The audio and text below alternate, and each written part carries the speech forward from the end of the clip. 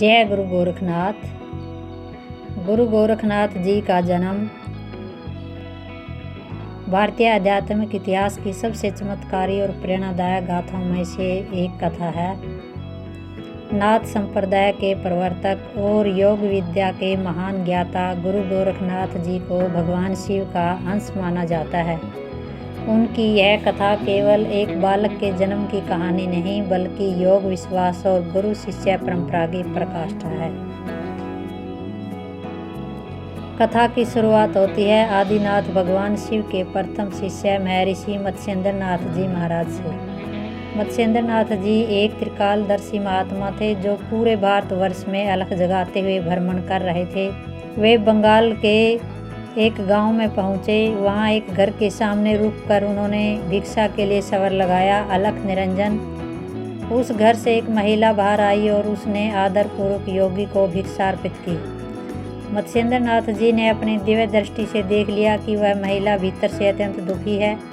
उन्होंने पूछा, माई तू बहुत बड़ी धर्मात्मा लगती है, परंतु तेरे मुख पर उदासी की छाया क्यों है?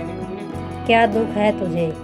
महिला की आंखों में आंसू आ गए। उसने कहा, महाराज सब कुछ है, धन्य धान्य और मान सम्मान, पर मेरी गोद सुन्नी है। विवाह के कई वर्ष बीत गए पर कोई संतान नहीं हुई। समाज के ताने और अकेलापन मुझे खाए जा रहा है। मत्स्येंद्रनाथ जी बड़े दयालु थे। उन्होंने अपनी झोली से थोड़ी सी अभिमंत्रित भस्म निकाली और उस महिला को देते हुए कहा, ले माई, इस विभूति को पूर्ण श्रद्धा के साथ ग्रहण कर लेना। ईश्वर की कृपा से तुझे एक ऐसा पुत्र रत्न प्राप्त होगा जिसकी प्रीति तीनों लोकों में फैल जाएगी। वह साक्षात शिव का स्वरूप होगा। महिला बहुत प्रसन्न हुई, लेकिन जैसे ही मत्स्येंद्रनाथ जी वहाँ से प्रस्थान कर गए, उस महिला की पड़ोसिनों ने उसे घेर लिया। जब उसने पड़ोसिनों को विभूति वाली बात बताई तो उन्होंने उसे डरा दिया। उन्होंने कहा, अरे पगली, तू किसी भी राह चलते साधु पर विश्वास कर लेती है। क्या पता उसने तुझे क्या दे दिया हो? कहीं यह कोई जादू टोना ना हो जिससे तेरी जान को खतरा हो जाए। भय और संशय के वश में आकर उस महिला ने वह विभूति नहीं खाई। उसने सोचा कि यदि वह इसे फेंक देगी तो कोई देख लेगा, इसलिए उसने चुपके से उस विभूति को घर के पीछे बने गोबर के गड्ढे में डाल दिया, जहाँ गायों का गोबर और कचरा एकत्रित किया जाता था। समय बीतता गया और वह महिला उस बात को पूरी तरह भूल गई। काल का चक्र चलता रहा। ठीक 12 वर्ष बाद गुरु मत्स्येंद्रनाथ जी फिर उसी गांव और उसी घर के सामने पहुँचे। उन्होंने पुनः सवर लगाया। अलख निरंजन वही महिला बाहर आई। मत्स्येंद्रनाथ जी ने मुस्कुराकर पूछा, माई, बालक कहाँ है? वह 12 वर्ष का हो गया होगा, उसे बुलाओ, मैं अपने शिष्य को देखना चाहता हूँ। महिला के पैरों तले जमीन खिसक गई। वह थर थर कांपने लगी। उसने रोते हुए सत्य स्वीकार कर लिया और कहा, महाराज, मैंने लोक लाज और डर के मारे वह विभूति नहीं खाई थी। मैंने उसे गोबर के गड्ढे में फेंक दिया। मत्स्येंद्रनाथ जी शांत रहे। उन्होंने कहा, दिखाओ मुझे वह स्थान कहाँ है।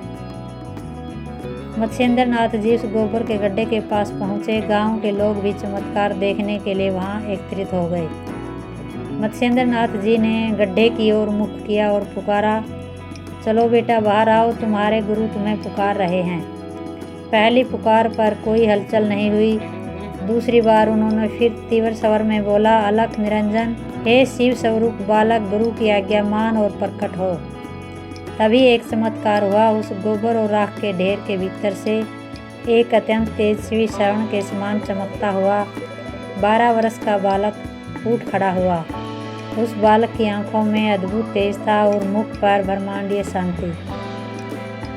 पूरा गांव यह देखकर स्तब्ध रह गया। जिस बालक को उस महिला ने स्वीकार नहीं किया, उसे साक्षात धरती माता और गौ माता ने अपने गोबर में 12 वर्षों तक सुरक्षित रखा।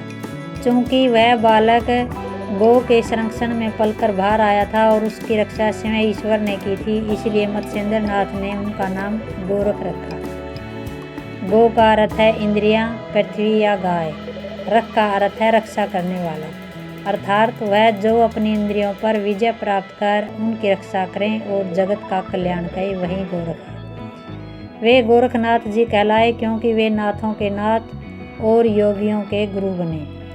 मत्स्येंद्र नाथ जी ने उस बालक को गले लगा लिया। गोरखनाथ जी ने अपने गुरु के चरणों में मस्तक झुकाया। महिला ने पछतावे में गोरखनाथ जी को गले लगाना चाहा, लेकिन मत्स्येंद्र नाथ जी ने कहा, माई, अब यह तुम्हारा पुत्र नहीं रहा, यह तो जगत का पुत्र है। यह योग की अग्नि से तपकर निकला है। अब यह मेरे साथ जाएगा और संसार को योग का मार्ग दिखाएगा। गोरखनाथ जी ने छोटी सी आयु में ही कठिन तपस्या शुरू की। उन्होंने हठ योग के ऐसे नियम बनाए जो आज भी योग साधना के आधार स्तंभ है। उन्होंने सिद्ध किया कि योग केवल सन्यासियों के लिए नहीं, बल्कि हर उस व्यक्ति के लिए है जो आत्म साक्षात्कार करना चाहता है।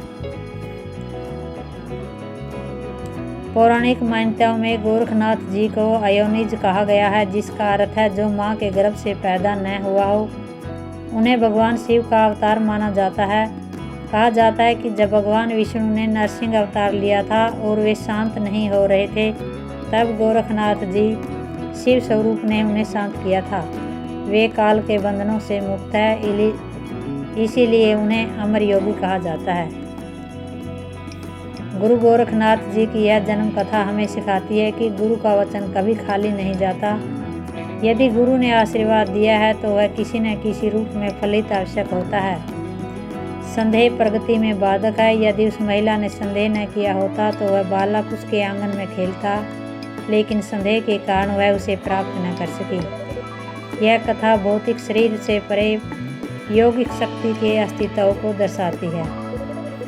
आज भी गोरखपुर का प्रसिद्ध गोरखनाथ मंदिर और नेपाल से लेकर अफगानिस्तान तक फैले नाथ पंथ के अनुयायी इस दिव्य ज्योति की गवाही देते हैं। जय गुरु गोरखनाथ।